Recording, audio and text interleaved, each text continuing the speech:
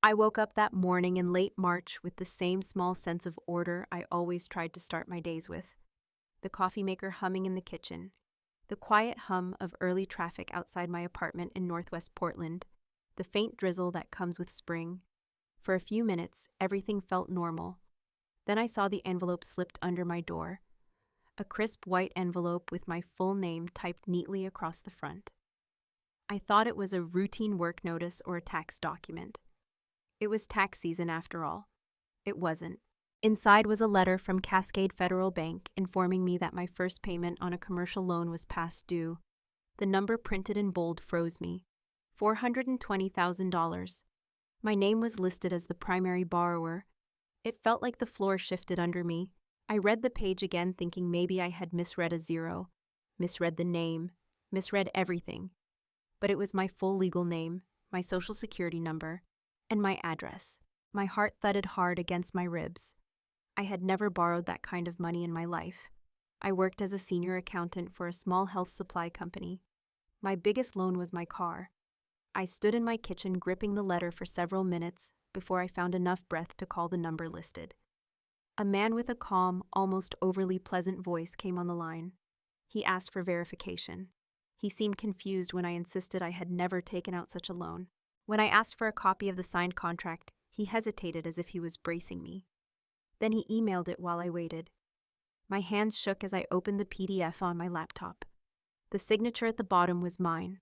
It wasn't simply similar, it was identical to the way I signed checks, identical to the way I signed my employee documents, identical down to the slight upward curve at the end of the Y, except I had not signed anything. The timestamp on the document said June 14, 2021 at 2:12 p.m. That afternoon I had been at a financial conference in Seattle. I still had the welcome packet somewhere in a drawer. I had even taken the Amtrak back to Portland that night. There was no possible way I had signed it. The loan was tied to Hartwell Manufacturing, my family's company.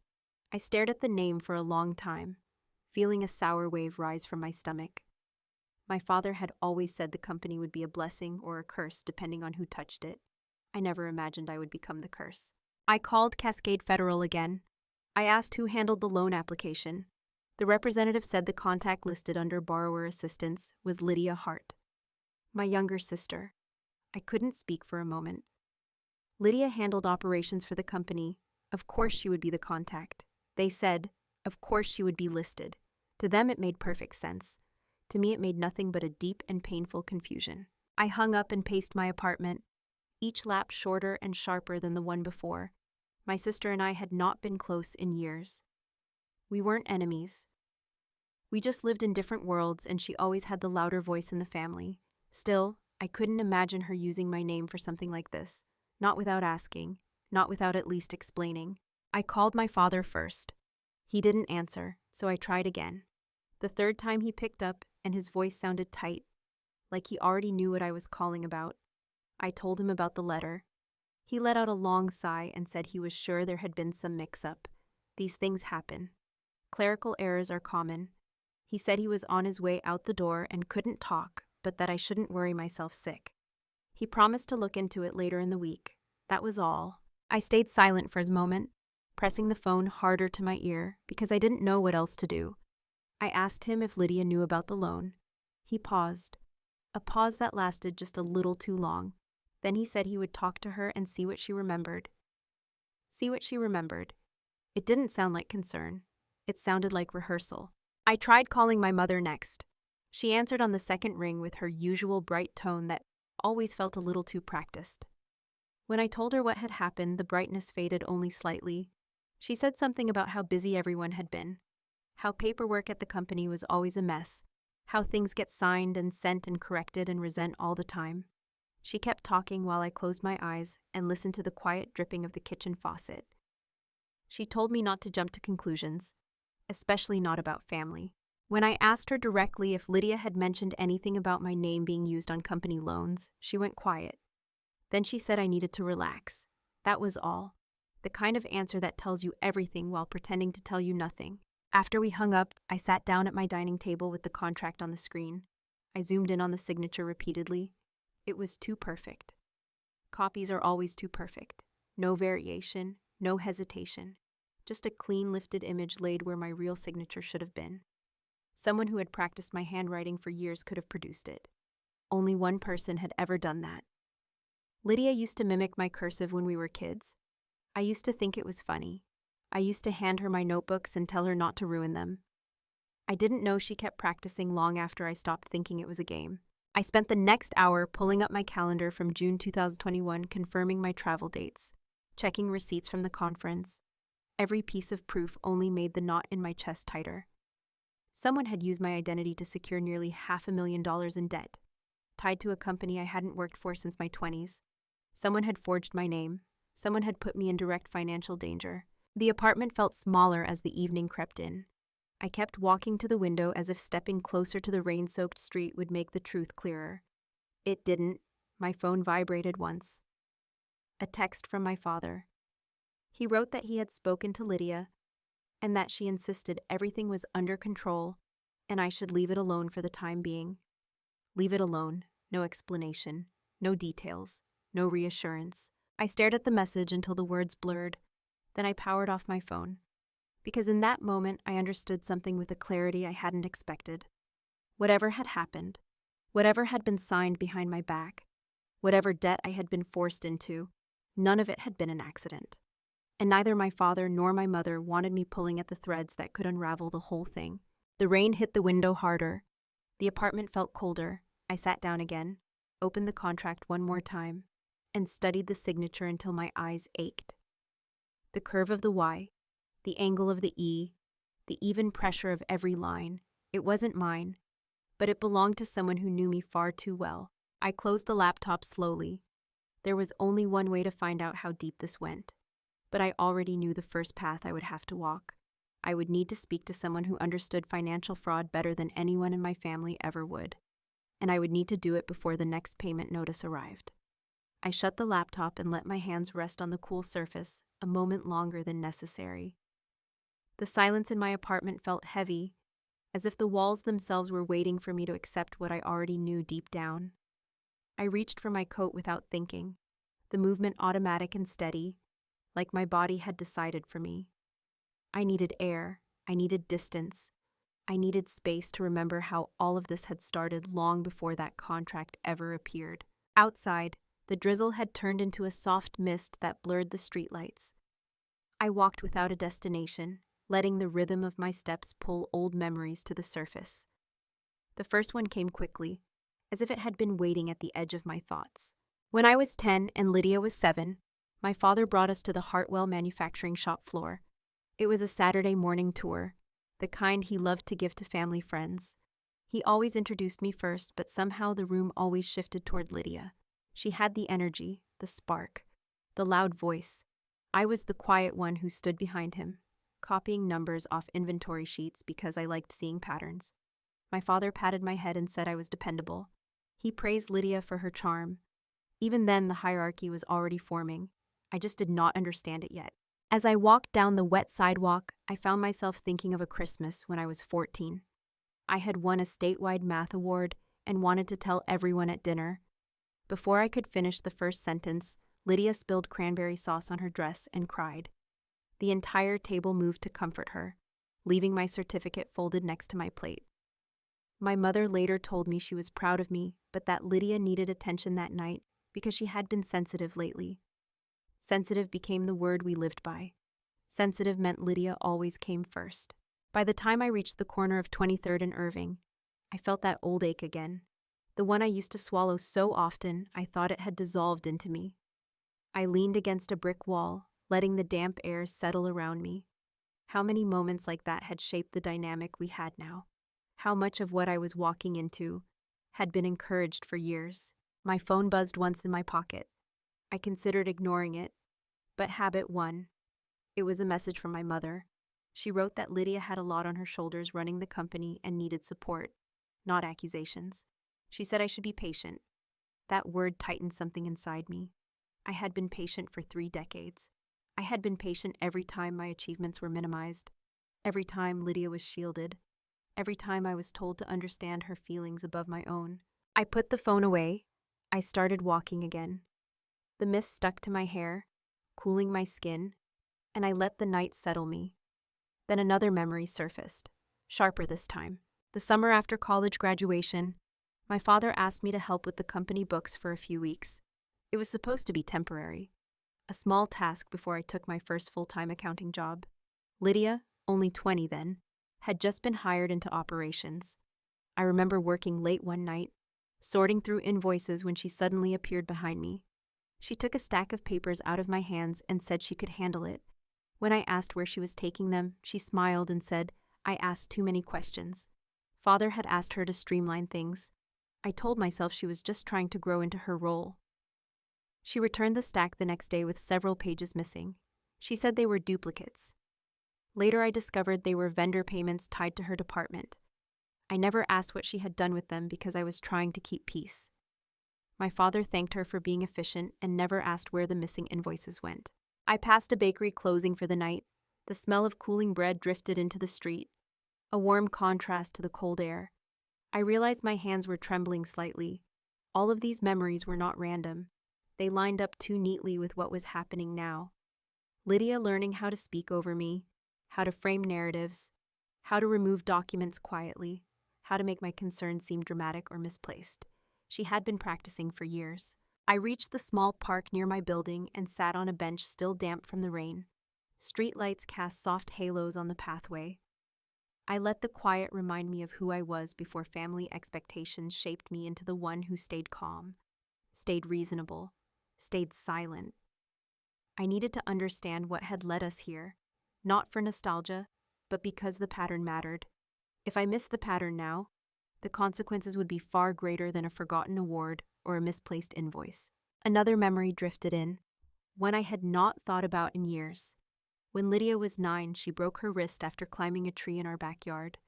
She fell awkwardly, terrified and crying.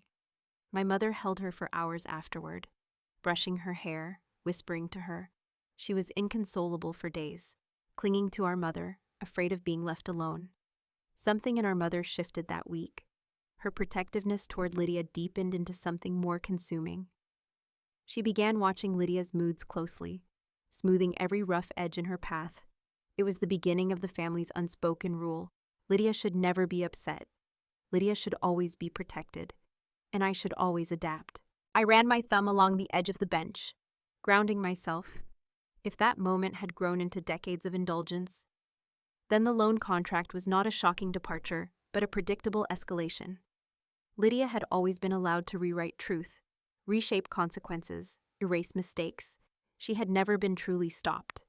This time she had crossed a legal boundary instead of an emotional one. I stood and started walking back home, a little faster now. The drizzle had lightened, but the air felt colder.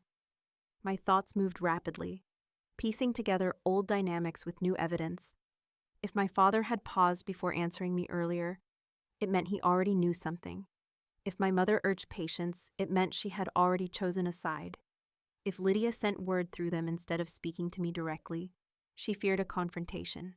By the time I reached my building door, I felt something unfamiliar taking shape. It wasn't anger, not exactly. It was clarity. I unlocked my apartment, stepped inside, and the quiet met me again. I looked at the contract on my laptop screen, and the weight of it no longer scattered me. It focused me. I had spent my entire life adjusting to maintain harmony in a family that never once questioned the imbalance. But harmony built on silence is not peace. It never had been. And it struck me that this debt, this forged signature, this reckless decision to use my name, was not just about money. It was about control. The same control Lydia had been handed piece by piece since childhood. I sat down and opened a blank document. For the first time in decades, I started writing down dates, incidents, patterns, financial inconsistencies.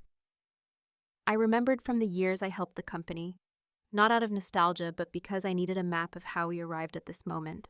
The past was no longer a story of childhood hurts. It had become evidence, the kind that could no longer be ignored or excused, the kind that made one truth sharper than anything else. If I did not understand exactly how Lydia had been allowed to become this version of herself, I would never understand how to stop her. I closed the document and let the cursor blink in the corner of the screen. The memories I had written down were scattered and unfinished, but they formed a shape I could no longer ignore. I needed proof that extended beyond recollection, proof that tied Lydia to something concrete and recent, proof that did not depend on the shifting loyalties of my parents. Only one person could help me find that. I grabbed my keys and headed for the door before I had time to decide otherwise. Ava lived only 10 minutes from me. We had worked together long enough that showing up at her apartment unannounced was not strange. She was the kind of friend who kept extra tea in her cupboard for nights when either of us needed to talk. When she opened the door, her eyes widened at the sight of me. She stepped aside without a word, and I walked into her warm, tidy living room. She waited until I sat before she spoke. "Tell me everything." So I did. I told her about the loan, the forged signature, the conversation with my parents, the growing sense that this was not some isolated incident. As I talked, her expression shifted from concern to something more focused. When I finished, she crossed her arms and tilted her head in that way she did when she was already forming a plan. "We need to check your audit trail at the company. Not old files, recent ones. If Lydia touched anything electronic using your credentials, it will leave a trace." I felt the knot in my chest loosen slightly. Ava had a way of making chaos feel like a solvable problem.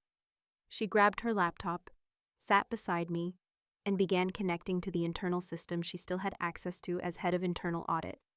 After a few minutes, she frowned. "There was a login using your username last year in June. Late at night, it shows activity in the secured document repository. This was the same area where asset contracts are stored. The timestamp was the same day the loan had been signed." She turned the screen toward me, and I stared at the line of text detailing the login. My username, my profile, my history, all used to open documents I had never seen. I felt the familiar ache of something breaking inside me. And then something else. Acceptance. Ava typed again, moving through folders with practiced skill. She opened a directory marked financial agreements and scanned the list. "This one. It is labeled vendor compliance, but look at the metadata." She clicked it. It was the contract for the loan, the same one the bank had sent. Except here I could see the revision history. The original document had been created by our legal assistant. Then a version created hours later under my name. Then a final version uploaded from a device registered to Lydia. Ava leaned back. "There is more." That same night, someone accessed a folder labeled Harlan Consulting. She clicked it open. Inside were spreadsheets, invoices, and routing slips tied to an account I had never heard of. The amounts were suspicious. Large transfers from Hartwell Manufacturing to this consulting entity, often in round sums with vague descriptions like operational support and supplemental adjustment fees. I felt the breath leave me. How could all of this have been happening without anyone noticing? Ava answered before I even asked. They noticed.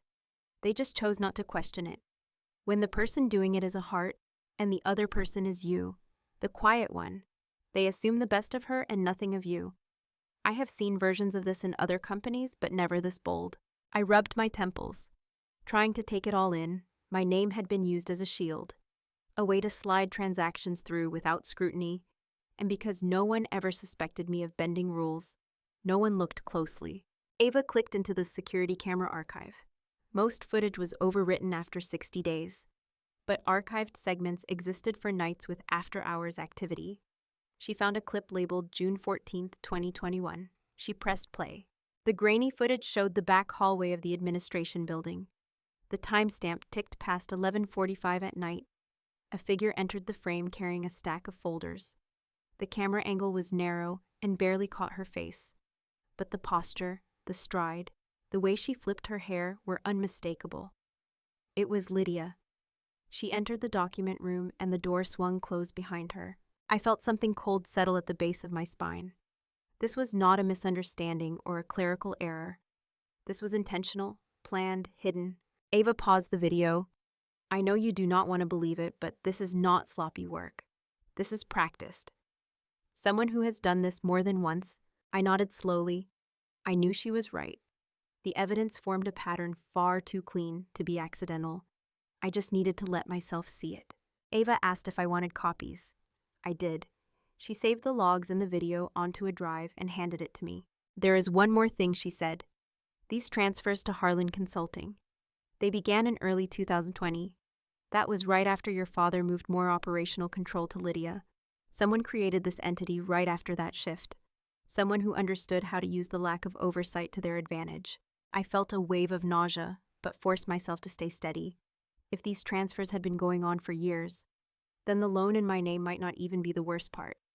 My identity had been used to secure approval for something much larger. The loan was simply the first thing I discovered. I asked Ava what she thought I should do next. She looked at me with a seriousness that left no room for hesitation. You need a lawyer who understands financial fraud, and you need to prepare yourself. Once you start pulling at this thread, you cannot stop.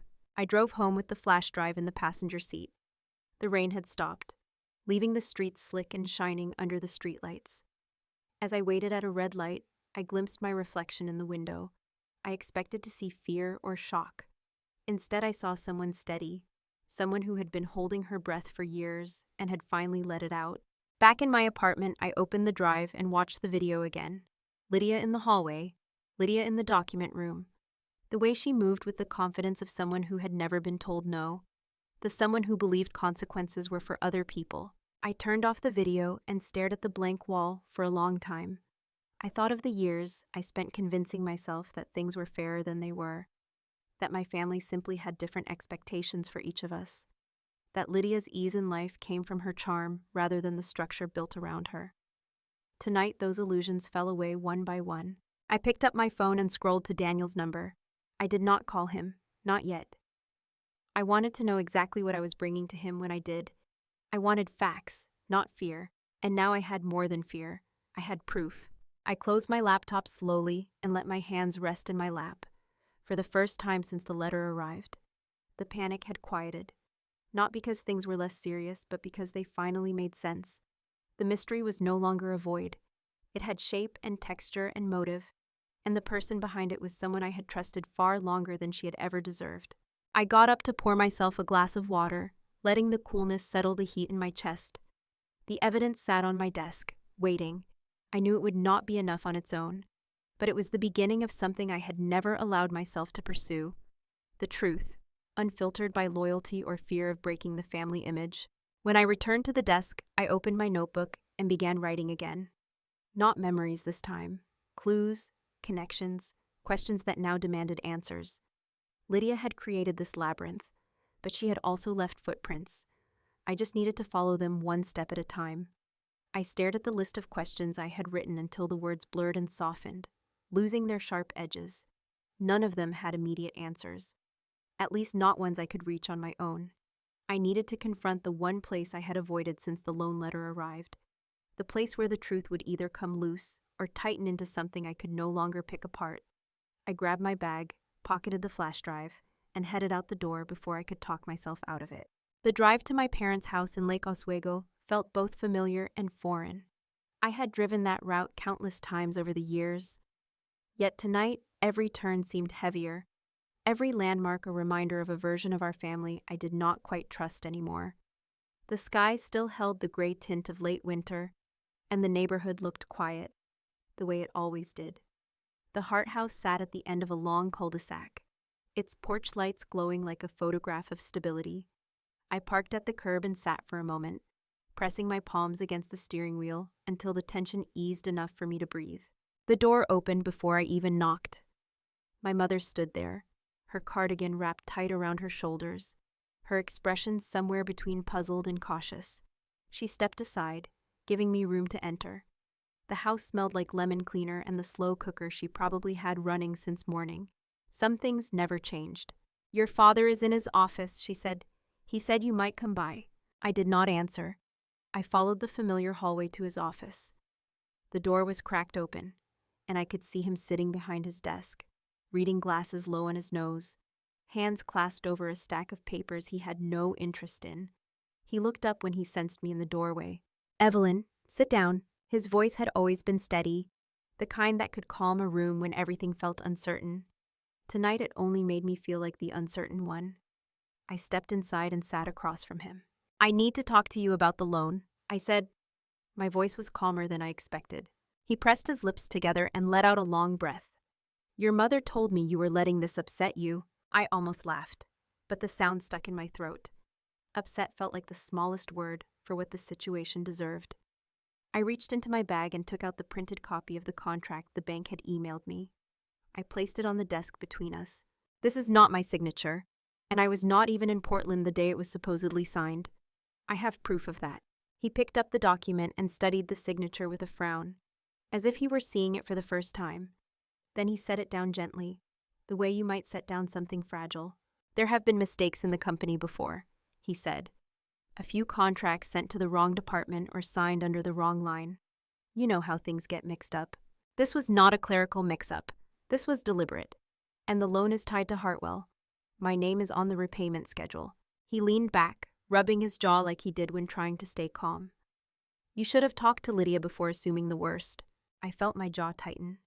I did try talking to her, remember? Or rather, she talked through you. She seems very comfortable speaking on my behalf. His eyes narrowed slightly. That is not fair. Evelyn. I took a breath, steady but firm. What is not fair is my identity being used for a loan I never applied for. What is not fair is both of you telling me to drop it without giving me one reasonable explanation. I need to hear the truth. I need to hear why my sister is involved at all. Silence stretched between us.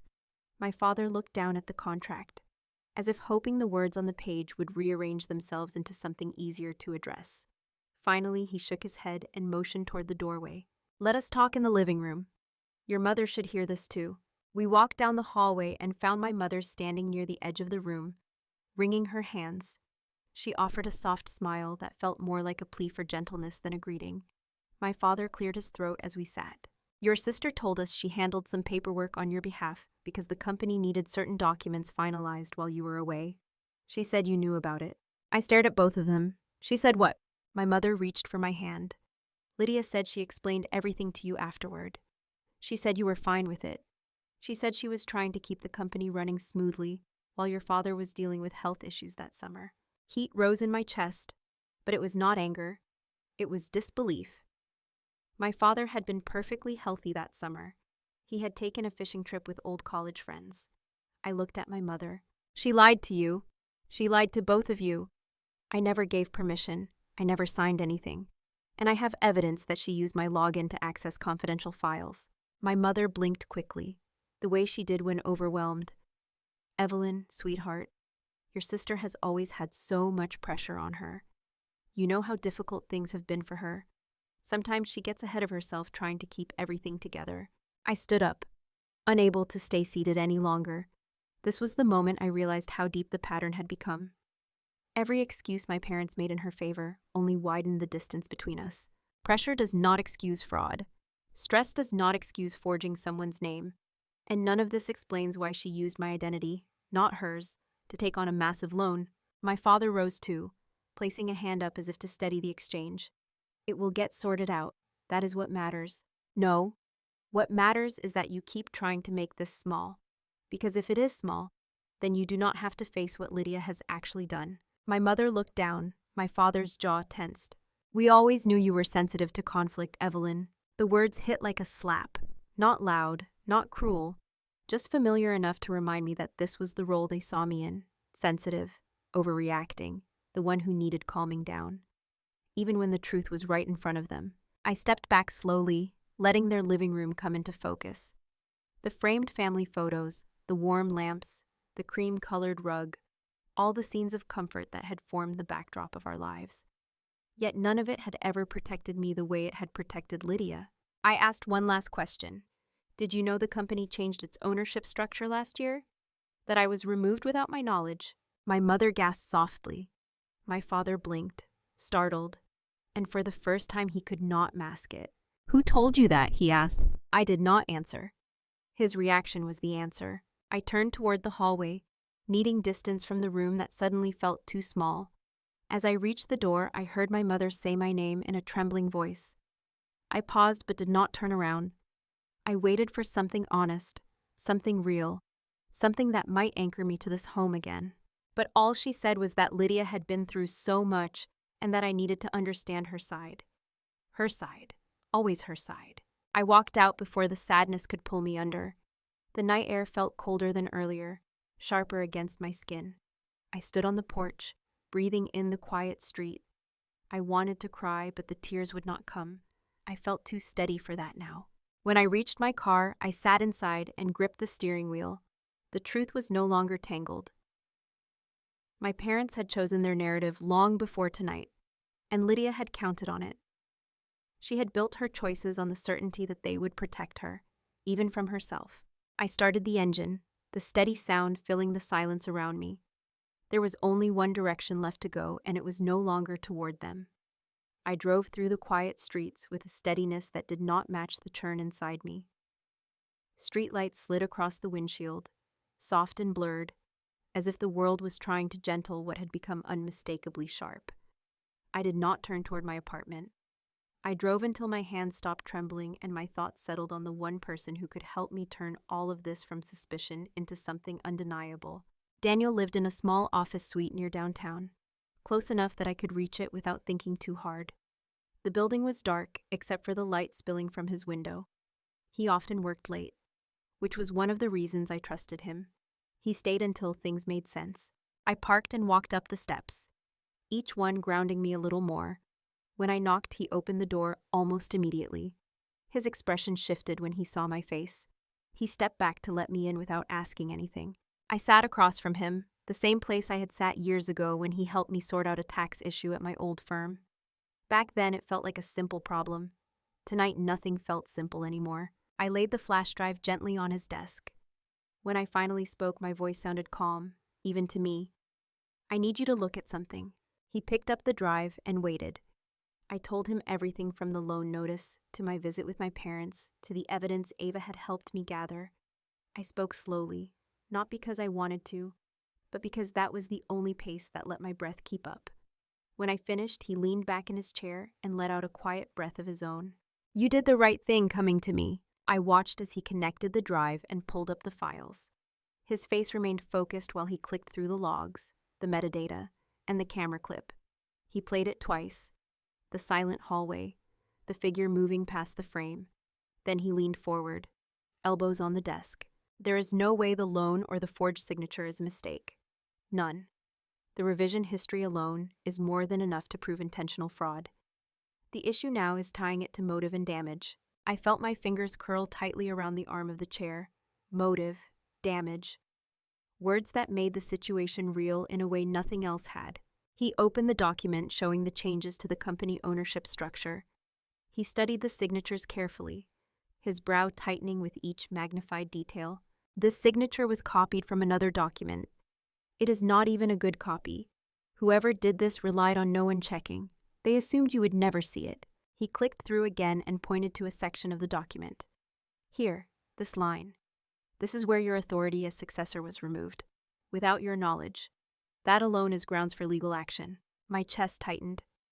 I had known it was true the moment I saw my father's reaction earlier, but seeing it outlined legally made it land in a different place inside me. Daniel continued to examine each page, each line, as if the truth might shift position if he did not pin it down properly. After a long silence, he sat back again. This is no longer just about a loan. This is about altering legal documents tied to inheritance, company control, and identity misuse. This is serious.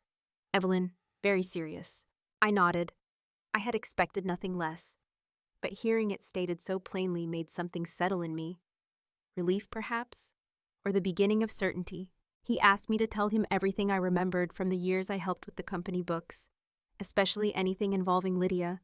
I told him about the missing invoices, the vague project expenses she had justified to our father, the quiet way she had slipped into decisions she had no authority for. When I finished, he shook his head. This pattern did not start last year. Someone does not wake up one day and decide to forge a signature on a loan for nearly $500,000. There were smaller steps first, many of them. He pulled out a legal pad and began writing, dates, names, actions. When he finished, he slid it toward me. This is where we begin, but we will need more. We will need copies of the company's internal approval trails. We will need proof of the shell company transactions. And we need to find out how deeply your name was used over the years. If she used your login once, she may have used it more. I felt a wave of cold pass through me, but I stayed still. I asked him what would happen if all of this went to court. He clasped his hands and considered carefully.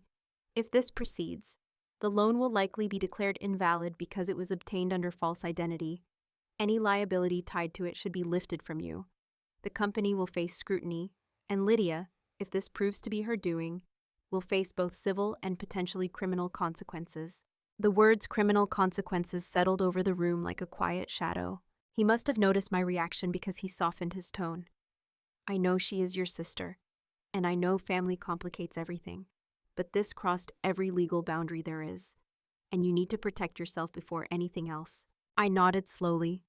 A quiet steadiness spread through me, like the ground had finally stopped moving. He loaded the camera clip again.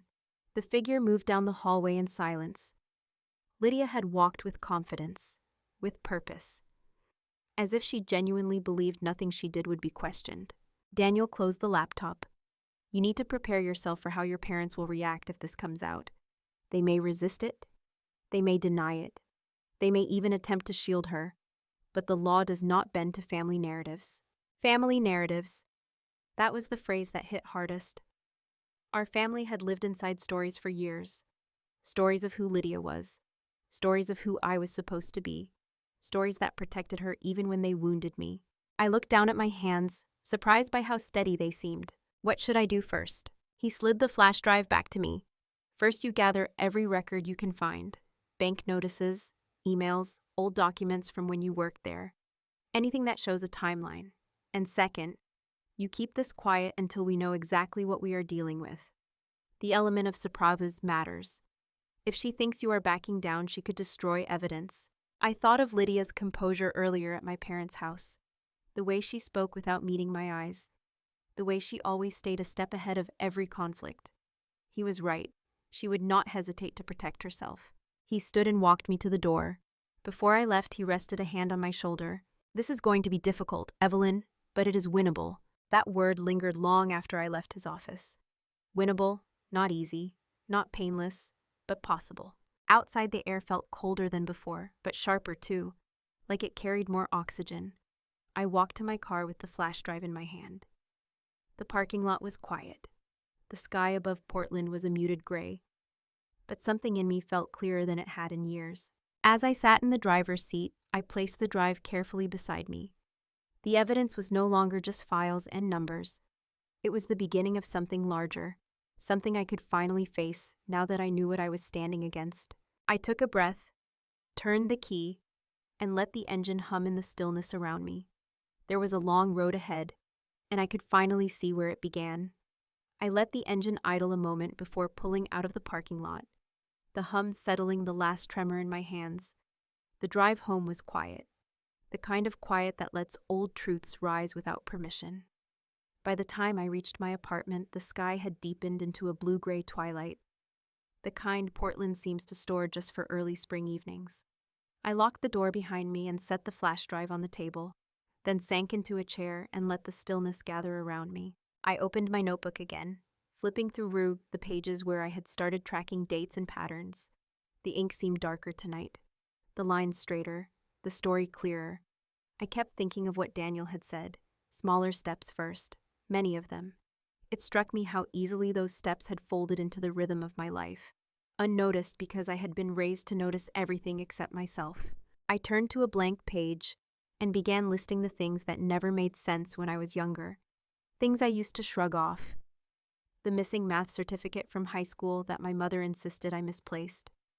The email that never reached my professor during finals week, even though I had sent it twice. The project evaluation at my first job that supposedly arrived late, costing me a promotion, each one a tiny stone I had tucked away without asking who had thrown it. I did not know if any of these were connected, but the memory of them pressed into me with new weight. My phone buzzed on the table. I stared at the screen before answering. Michael's name appeared. A surprise at this hour. I picked up.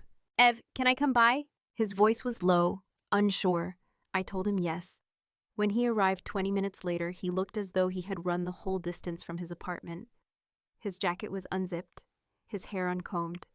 He stepped inside and closed the door behind him with a careful, almost apologetic motion. He stood there a moment before speaking. "I saw Dad's car leaving your place earlier. I figured things did not go well." I gestured for him to sit. He lowered himself into the chair across from me and rubbed his hands together the way he used to before giving a presentation in school. "I thought I should tell you something. Go. I should have told you years ago." His eyes did not lift to mine. I waited. Do you remember when you applied for that accounting internship after college? The one you were excited about because it paid well and had a rotation program. I nodded. I remembered the rejection letter, how it made no sense after they had contacted me twice to say I was a strong candidate. Michael exhaled slowly. The company mailed the rejection to our house. I saw the envelope on the counter. Lydia opened it before you got home. She told Mom that the company had called and said you were no longer being considered because you had missed a required document. Mom believed her. She told Dad, "Nobody checked with you." I felt something inside me constrict. I had been 22. I remembered thinking I had somehow failed to follow through on my application, even though I could not recall forgetting anything. It had never occurred to me that someone else might have altered the truth before it reached me. I asked him why he had never said anything. He stared at the floor. I thought it was a misunderstanding. Then later I thought it was just one of those weird things families do. Then it became easier not to think about it at all. Lydia always had so much sway in the house. Dad listened to her. Mom worried about her. You were the one who always seemed steady. I guess we let that make excuses. The words hit harder because they were honest. Not cruel, not defensive, just honest. He ran a hand across his face. I started noticing other things. Mail that arrived already opened. Dad repeating things Lydia had said about you. Conversations being smoothed over before you even heard about them. And every time I wanted to say something, Dad would tell me not to stir up conflict. Or Mom would ask me to be patient with Lydia. I guess patience was the family motto. I leaned back, letting his words settle. He had carried this in silence, just as I had carried my doubts. Different weights, but from the same place. Michael continued, his voice softer. When you left the company years ago, Dad said you were not a fit for leadership. I overheard Lydia telling him that you lacked initiative. But the week before that, you had told me you suggested a new auditing system. She said it was confusing and unnecessary. Dad agreed. You never knew they even discussed it. I felt the old ache I had tried to ignore for years. I had thought leaving the business was my own choice. A quiet decision to step away from the pressure. Now it felt like a door that had been closing behind me long before I reached it. He looked up at me finally. I think she has been shaping the story around you for a long time. And the rest of us just let her? That includes me. I reached for the glass of water on the table, trying to steady the swirl of memories. His honesty did not hurt. What hurt was realizing how much sense it all made. I asked him if he knew anything about the loan or the shell company transactions. He shook his head firmly. No, but I knew she was handling more financial responsibilities than she was supposed to. Dad trusted her. Mom trusted her because Dad did. And Lydia knows how to speak in ways that make people feel like she's taking care of everything. I always wondered if she needed that control to feel important. He hesitated, then continued. And I think Mom feels guilty about how she treated Lydia after the accident when she was a kid. She has been compensating for years. It made Lydia feel untouchable. Untouchable. The words stayed in the air between us like a truth we both already knew. I asked him if he could help me. Not emotionally or morally, practically. I needed someone who had been close enough to the business to know what Lydia could have accessed. Michael nodded. I can, and I will. But I need you to know something. This is going to tear things open in ways we cannot predict. Once there is no turning back, you might never see the family the same way again. I met his eyes. I already do not. The room fell quiet. He looked both relieved and troubled. I understood. This was not just my story anymore. It was his too. He stood and moved toward the door, but paused before leaving. If Lydia did what you think she did, she is not going to stop. And she will not expect you to push back. Not after all these years. I nodded. She never did expect that. After he left, I sat in the silence again. But it felt different now. Not empty, not heavy, just clear. The past had shifted shape. Not because I wanted it to, but because the truth had finally risen where I could see it. I picked up my notebook and wrote one more line under the list of clues. She built her version of me by controlling the information that reached me. Then I closed the notebook gently, letting the weight of that settle into the room. I closed the notebook gently, letting the quiet stretch just long enough for my thoughts to settle. When a soft knock sounded at my door, for a moment I wondered if Michael had come back. But the rhythm was different, more hesitant. I walked to the door and opened it to see Colin Reeves standing under the hall light. his hands buried in the pockets of his jacket, his expression somewhere between strained and apologetic. "I hope this isn't a bad time," he said, his voice low. I stepped aside so he could enter. He looked older somehow, or maybe it was just the weight he had been carrying.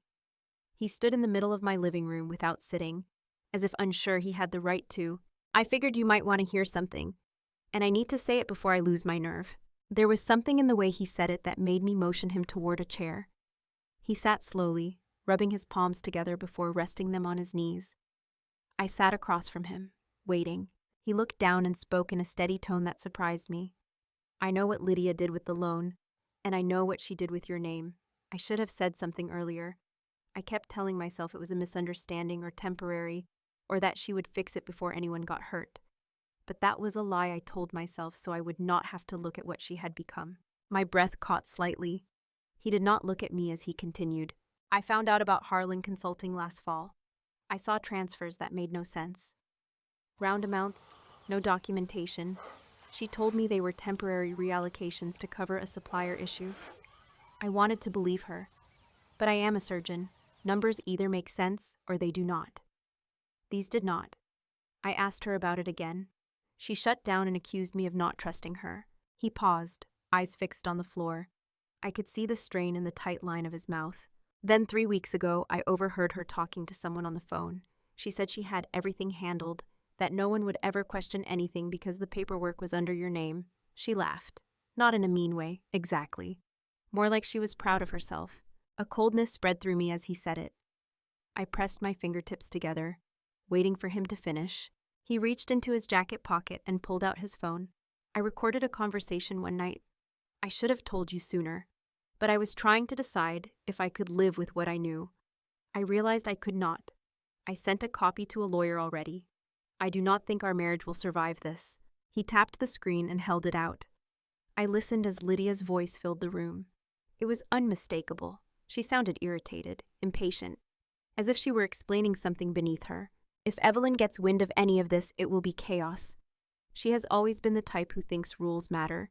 She will question everything, but she never sees what is right in front of her. She never pushes back. That is why using her name was the safest choice. Nobody looks twice at the quiet one." A faint ringing filled my ears as the recording finished. Not shock, not disbelief, just a confirmation of what had already taken root inside me. Colin watched me closely. "I know this is painful, but if you want me to testify, I will. She used you to protect herself. She lied to you. She lied to your parents. She used the company like her personal vault. And the truth is she is counting on everyone staying quiet to keep her safe." I leaned back and studied him. He was not offering help out of spite. He was offering it out of exhaustion. He looked like a man who had spent years standing behind someone he no longer recognized. My voice felt steady when I finally spoke. "Why now?" He ran a hand through his hair. "Because she crossed a line that affects more than just the family. If this blows back on me, I could lose my medical license. And because she is not the woman I married. Or maybe she is, and I just never saw it clearly. Either way, I cannot be the person who stays silent while someone else pays the price for her decisions." A deep quiet filled the room, soft, heavy, necessary. I asked him if Lydia knew he suspected anything. He shook his head. "She thinks she has me under her control. She thinks everyone bends around her. That is what scares me the most. She does not understand consequences." He hesitated before continuing. "I should tell you something else. She said once that your father would always believe her because he cannot imagine her doing anything wrong, and your mother feels obligated to protect her. It has given Lydia a kind of immunity. She acts like she cannot be touched." The words felt familiar in a painful way. Immunity, untouchable, patterns repeating in different voices. I looked at him, really looked. He seemed worn down, not by anger but by disappointment, the kind that gathers over years of making excuses for someone you want to love but cannot understand. "If this goes to court," he said, "I will testify. I will provide everything I have. Emails, the recording, notes from conversations. I want to do the right thing now, even if it is late." I nodded once, grateful and tired all at once. He stood slowly, as if uncertain he should leave. When he reached the door, he paused. "You know she will not take this quietly. She will come after you when she realizes what you are doing.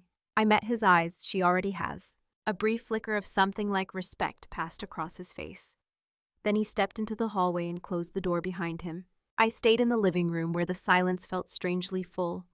Pieces of the puzzle drifted into place with a clarity that frightened me for only a moment before settling into certainty. The forged signature, the shell company, the altered inheritance documents, the years of shaping conversations and outcomes to make me seem unreliable or inattentive. The way she spoke about me in that recording, it was all part of a story she had been building for years. I walked to the window and watched the lights of the city flicker across the damp streets. Somewhere out there, Lydia was likely moving through her world with the same confident stride she had in the hallway camera footage. She believed she was untouchable. She believed the narrative she built around herself. She believed the world always shifted to accommodate her. For the first time, I wondered what she would become when the ground finally stopped shifting. I returned to the table and placed Colin's phone beside my notebook. I listened to the recording again. The words no longer hurt. They informed. They sharpened. They pushed me past the point of hesitation. When the recording ended, I clicked the screen dark and set the phone aside. Then I added another line to my growing list of clues. She relied on everyone else staying quiet. I capped my pen, feeling a steadiness that came not from hope or anger, but from direction. The next steps were already forming. I just needed to take them. I left the pen on the table and let my hand fall into my lap. The quiet in the room felt heavier than before. Not oppressive, but full, like it was gathering itself for whatever came next. I sat there until the tension in my shoulders eased just enough for me to stand. There was no more space for hesitation. The next step was already waiting. I called Daniel first. He answered on the second ring, his voice alert even at the late hour. I told him I had something he needed to hear in person and that we could not wait long. He suggested we meet at the Hartwell office on Saturday afternoon when the building would be mostly empty. He wanted everyone present who had information that mattered: Ava, Michael, and Colin. If he was willing, I told him Colin had already agreed. After we hung up, I stood in the dim light of my living room and let the reality settle. We were going to confront Lydia, not with emotion or accusation, but with evidence and witnesses. The thought steadied me in a way I did not expect. For the first time in years, I felt the ground under my feet instead of shifting beneath me. Saturday came quickly. The day was pale and cold, the sky the color of unpolished steel. I drove to the Hartwell manufacturing campus with a strange sense of detachment. The parking lot was mostly empty, the metal siding of the building catching the light in dull glints. I parked near the administrative entrance and sat for a moment, watching condensation fade and form on the windshield. When I stepped outside, Ava was already approaching from across the lot, hugging her folder to her chest. She gave me a small nod, steady and reassuring. Michael pulled in just moments later. His expression was tense but resolute. Then Daniel arrived, coat pulled tight, carrying a small leather briefcase that looked heavier than it should for its size. The last car to pull in belonged to Colin. He stepped out slowly, jaw set, shoulders stiff. We gathered at the door. No one spoke. Daniel unlocked it with the temporary keycard he had arranged earlier. The hallway inside was dim and smelled faintly of metal polish, the same scent I remembered from childhood tours of the plant. We walked to the conference room at the end of the corridor, the one lined with framed photographs of product launches and company milestones. Lydia was already inside. She stood at the head of the long table, arms crossed, posture rigid with irritation. My parents sat at the far end, their expressions carefully arranged into an attempt at calm. I could tell from the tightness in my mother's mouth that she had been crying earlier. My father's face was harder to read. Lydia looked at each of us in turn before settling her gaze on me. I hope this interruption has a purpose. Dad and I were in the middle of reviewing quarterly projections. Daniel stepped forward before I could speak. It does have a purpose. We will get to it shortly. Lydia's eyes narrowed slightly as she took in the group, as if calculating who stood where and why. She straightened her shoulders. Is someone going to tell me what this is about, or are we staging some kind of intervention? A faint tremor of old instinct tugged at me, the instinct that wanted to smooth the mood and preserve the peace. I let it die quietly. Peace had never been mine to preserve. Daniel opened his briefcase and laid out a thin stack of printed materials. We have several matters to address. I will begin with the loan. The contract tied to Hartwell Manufacturing that names Evelyn as borrower and includes her forged signature. My mother flinched visibly. My father looked sharply at Lydia, but she masked it quickly. Lydia scoffed. Forged. That is ridiculous. I told you, Dad. The bank must have mixed something up. It is all being handled. Daniel tapped the first document lightly. This contract has metadata showing it was revised using Evelyn's login credentials. Despite her being out of state, we also have logs capturing after-hours entry into the secured document archive. Ava stepped forward and placed a sheet of printed logs on the table. These are the entry records. The timestamp directly corresponds with access to restricted financial files. Access that required authorization you do not possess. Lydia. My father shifted in his seat. Lydia's lips pressed into a thin line. I was doing what needed to be done to keep things moving. You both know Evelyn avoids anything to do with the company. Someone had to handle it. She gestured toward me without looking. She has always been the one who folds under pressure. It was easier this way. Something inside me went still, not anger, something deeper. Colin stepped forwards then, his voice controlled but unshakably clear. Enough. Tell them why you used her name. Tell them what you told me. Or I will. My mother turned to him sharply. Colin, please, this is family business. He held her gaze. It stopped being family business when it became fraud. Lydia's head snapped toward him, her eyes wide with something close to panic. Colin continued, I heard you say Evelyn would never question anything, that she was the safest person to hide behind. And I have recordings of those conversations. A flush rose along Lydia's neck. You had no right to invade my privacy. You had no right to use her identity for financial gain, he replied. Daniel opened another document. This pertains to the shell company used to reroute funds from Hartwell, Harlan Consulting. We have transaction records documenting large transfers with no associated contracts or deliverables, funds that appear to have benefited you personally. My father's eyes widened. He looked at Lydia as if seeing her through a new lens.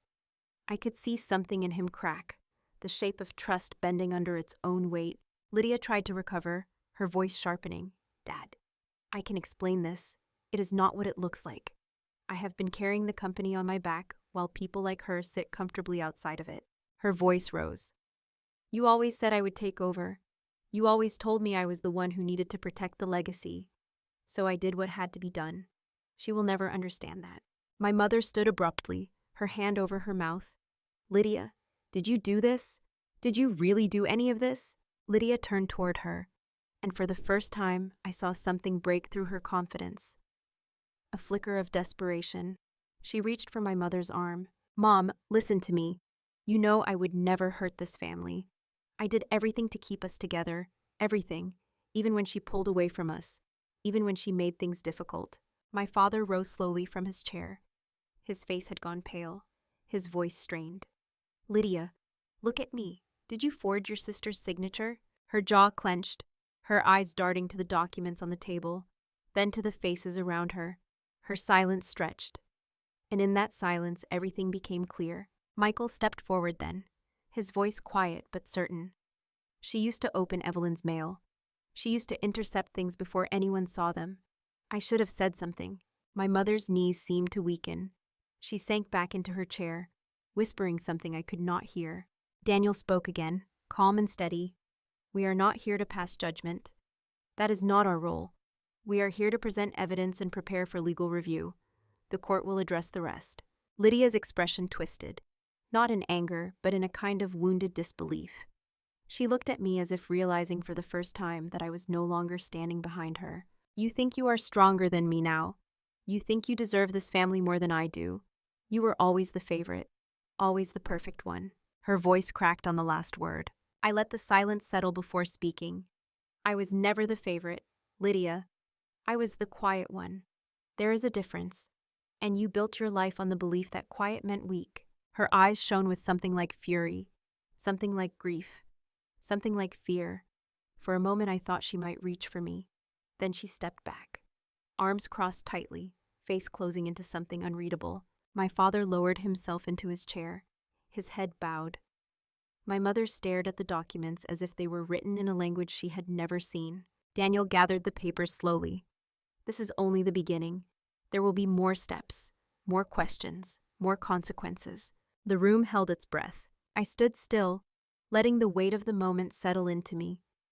This was the point where the ground stopped shifting, not because everything was resolved, but because everything had finally been named. I stood in that conference room long enough to feel the weight of every breath in it, long enough to understand that nothing said afterward would change what had already been revealed. When we finally stepped outside the building, the air felt thin and raw, like winter had returned for one last warning. No one spoke as we walked to our cars. My parents moved slowly, as if their bodies were carrying something heavier than shock. Lydia did not look at any of us.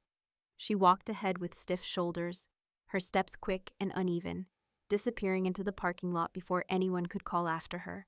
The following week moved like a sequence of blurred shapes. Calls from Daniel, emails requesting documents, letters from the court clerk laying out what would become the civil proceedings. Hartwell Manufacturing was issued a preliminary audit order by the state. All financial activity tied to the shell company had to be submitted for review. My name, for the first time in months, began to move toward being separated from the debt. Then one morning near the end of April, I stood outside the Multnomah County Courthouse with Daniel beside me. The tall stone building looked colder than usual under the pale sun. People moved past us carrying folders and briefcases, voices echoing faintly through the heavy entry doors. I took a slow breath and steadied my hands on the strap of my bag. Daniel gave me a small nod and we stepped inside. The courtroom was smaller than I expected. Rows of wooden benches, a raised bench where Judge Patricia Nolan sat with quiet authority. To her left, the clerk. To her right, a court reporter whose fingers hovered over a small keyboard.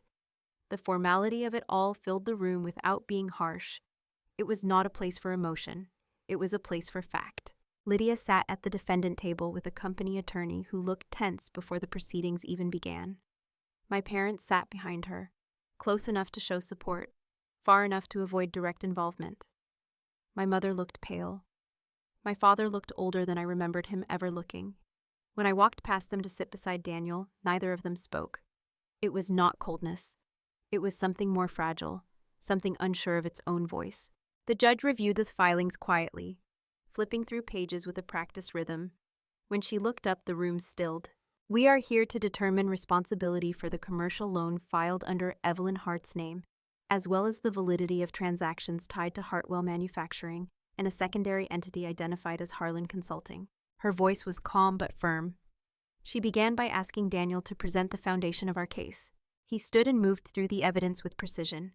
He presented the metadata of the forged signature, the login logs, the camera footage, and the change in company ownership bylaws that used a copied version of my signature.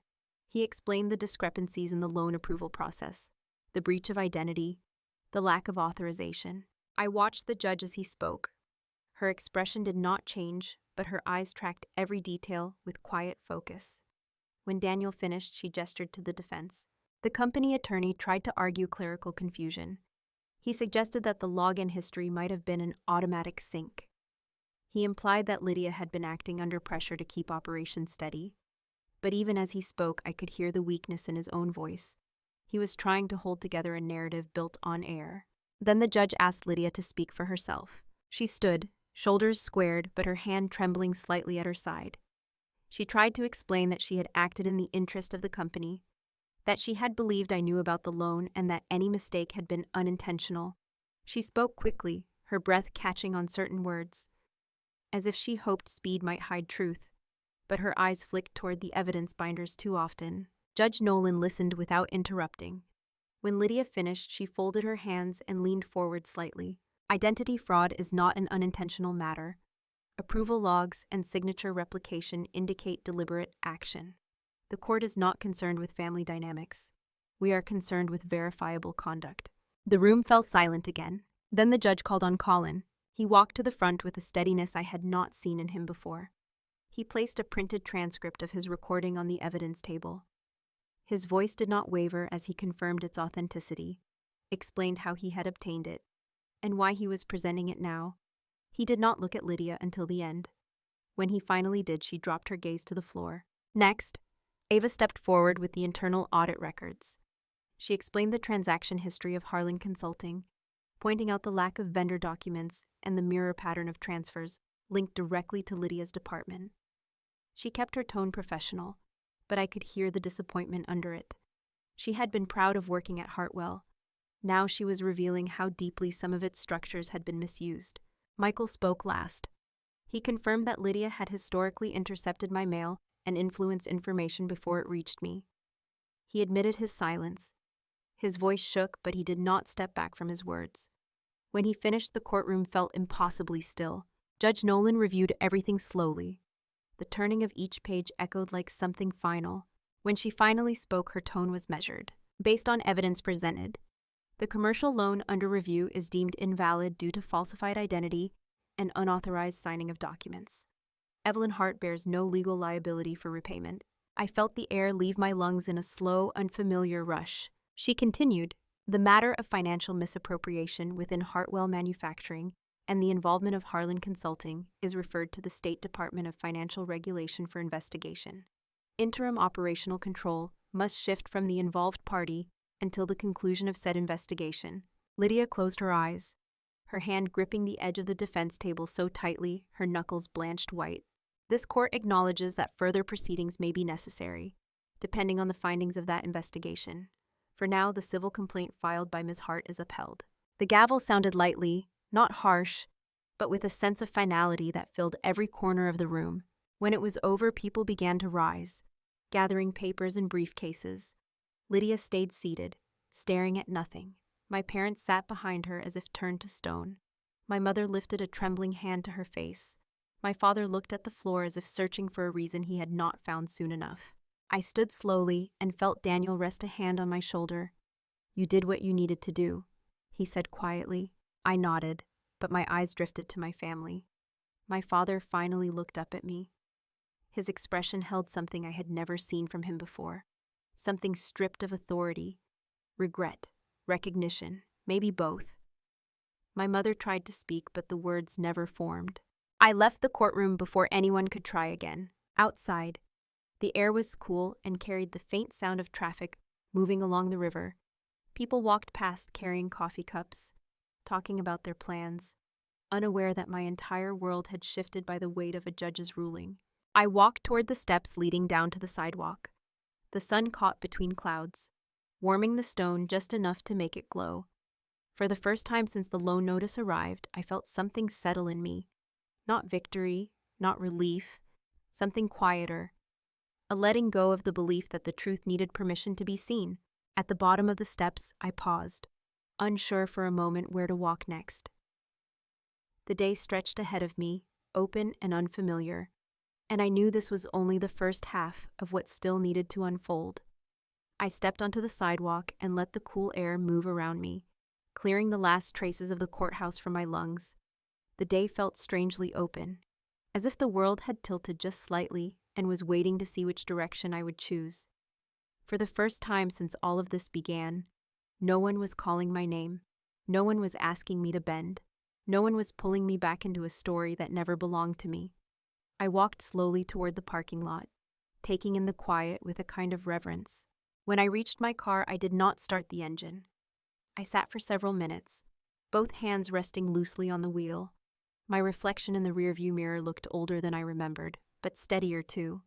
I whispered a small breath into the stillness and finally turned the key. Over the next week, I made decisions in a way I had never let myself make them before. Clear, unhurried, unapologetic. It began with the meeting at the office of the investor, who had long expressed interest in acquiring partial ownership of Hartwell.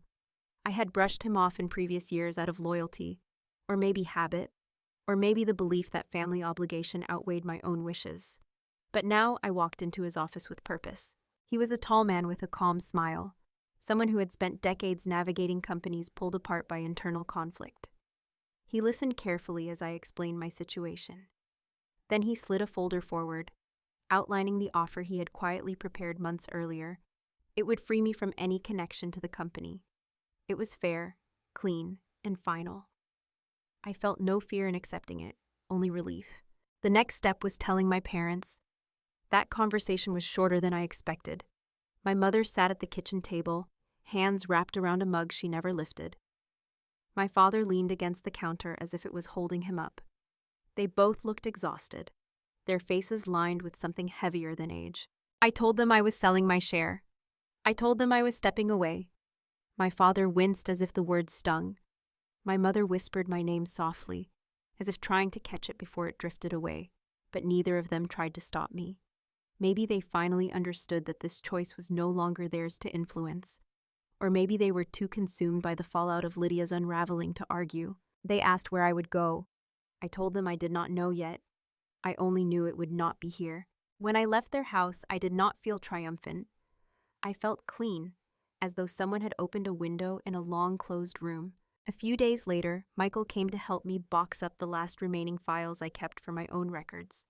He moved quietly through my apartment, handling each folder with a kind of care that reminded me how heavy guilt can sit on a person who has watched something wrong for too long. He paused near the table where my notebook still lay open. "I am glad you are doing this," he said softly. "I am glad you are choosing yourself." I hugged him, something we had not done in years. He held on a moment longer than I expected. He told me he planned to distance himself too, at least until the investigation concluded. I nodded. We both needed air, different air than the kind we grew up breathing. Later that evening, Colin sent a short message saying the divorce filing had been accepted by the court. He did not elaborate. He did not need to. His involvement had cost him deeply, but it had also freed him from a life held together by Lydia's constant rearranging of truth. Painful losses sometimes clear the way for better beginnings. I hoped that would be true for him. The day the sale of my inheritance finalized, I stood outside the investor's office holding a slim folder that represented the end of my connection to Hartwell Manufacturing. I glanced back at the downtown skyline, at the curve of the river catching the light, at the quiet pulse of the city that had held so many versions of me over the years. Then I got into my car and drove without a destination, letting the sun warm the dashboard while the city rolled past like a familiar story I no longer needed to keep retelling. I ended up at the waterfront near Selwood. I parked and walked along the path, listening to the soft rush of water under the bridge. Families passed me with strollers and dogs. Joggers nodded politely. Bicyclists glided by. No one knew my story. No one expected anything from me. I felt strangely light. For years, I had believed that my place in the family was tied to endurance, to patience, to holding steady when everything tilted toward Lydia. But standing by that river, I understood that stepping away was not weakness. It was reclamation. I was not turning my back on the family. I was walking toward myself. My phone buzzed. A voicemail alert. I listened only because the number was familiar. My mother's voice filled the speaker, quiet and trembling. "Evelyn, we would like to talk when you are ready. There are things we want to explain. We love you. We hope you know that." I let the message end without replaying it. Maybe someday I would call back. Maybe someday I would sit with them and listen to whatever truth they believed they needed to offer. But not now. Not while the air around me still felt newly breathable. Not while I was building a life that did not begin with their expectations. I walked farther down the path until the noise of the street faded behind me. I thought of Lydia, of the investigation she now faced, of the walls that had finally closed around the story she built. I did not feel satisfaction. Not the kind rooted in revenge. What I felt was release. Her downfall was not my victory. The victory was realizing I no longer saw her as someone who could shape my life's direction. She was simply a person who had made choices, and now she would live with them. As the sun lowered over the river, I imagined what the next months might look like. A small rental house in a quieter neighborhood, a garden maybe, more time for myself. Perhaps new work beyond the numbers I had always relied on. It was a life that felt wide and open, not because everything was solved, but because everything was honest. I sat on a bench overlooking the water and let the last of the afternoon settle around me. The breeze carried the faint scent of pine and something warm from a food cart nearby. Life moving forward, life indifferent to the weight of old stories, life waiting. When it was finally time to go, I stood slowly, feeling a kind of groundedness I had not felt in years. I looked back at the path, at the people passing in their own worlds, and I smiled to myself. I was not leaving anything behind. I was moving into something that had been waiting for me far longer than I realized. If you have followed my story through all its turns, I hope you will stay connected and share what part spoke to you. Stories like this grow stronger when they are held together, so feel free to leave your thoughts or stay for the next chapter of whatever comes next.